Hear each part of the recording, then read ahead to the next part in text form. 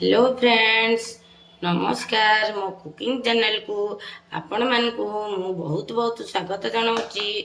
आज चिकेन कषार गोटे रेसिपी मु तैयारी करी। आगुरु मु चिकेन रो 3-4टा रेसिपी आपण मानक संगे शेयर कर देजी। आज चिकेन कषा आम तैयारी करबा।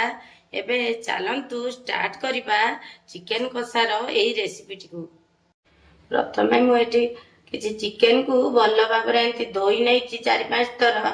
आठी गोटे आलू को भल भाव धोईकी एमती छोट छोट खंड कर काटी नहीं।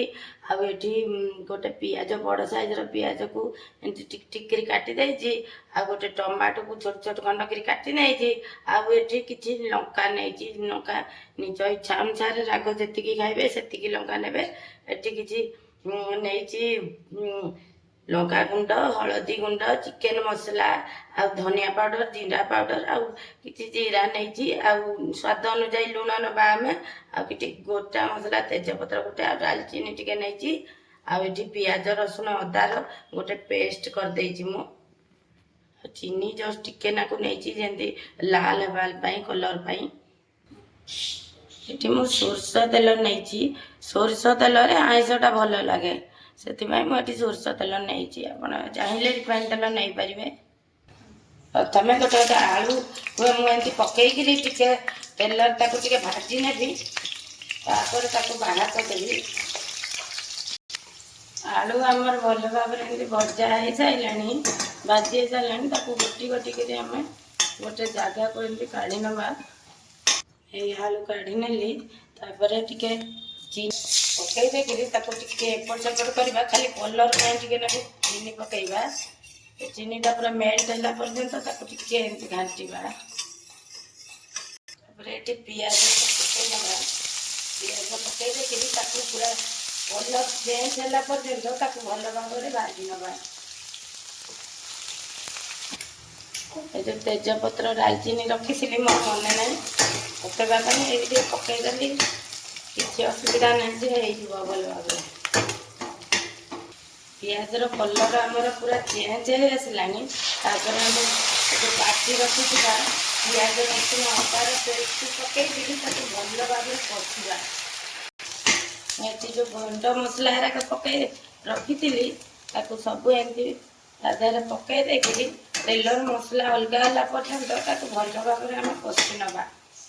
ये जो टमाटो रखी टमाटो खंड काटिकी एमती पकई देकरी कषि भल भाव। मसला आमर पूरा अधा अधी कषि हो सारे। एवं आम चिकेन देहरे पकईबा।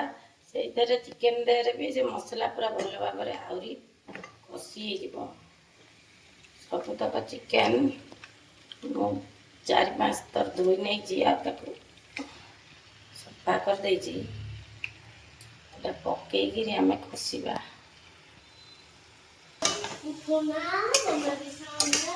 मसला चिकेन पकईकि एपट सेपट करती गोड़े ने लो फ्लेम रे एमती 10-15 मिनट घोड़े दबा। से भल भाव पूरा सीझ। जो भाजी रखी आलू भी मुझे पकईदेली। मुझे लो फ्लेम रे 10-15 मिनट घोड़े दूसरी। टिके टिके मझीरे काढ़ी एमती एपट सेपट कर नवा। स्वाद अनुजाई लुण पकईबा। लुण पकईकि एपट सेपट कर भल भाव मिसई नवा। पुणी एमती लो फ्लेम रे 5 मिनट घोड़े दबा। काढ़ी बिल्कुल भी आधे पानी पकईनी। से पूरा पानी बाहर एमती आमर कषिला बेले भल से पूरा सीझी पुणी घोड़े दबा। फिर ढाकुणी काढ़ी एमती चल नवा। गोड़ेबानी एथर कौन एत पानी बाहर से धोई हाथ जी पानी से पानी बाहर। बिल्कुल भी मुझे पानी देनी। पानीटा मरी जाऊ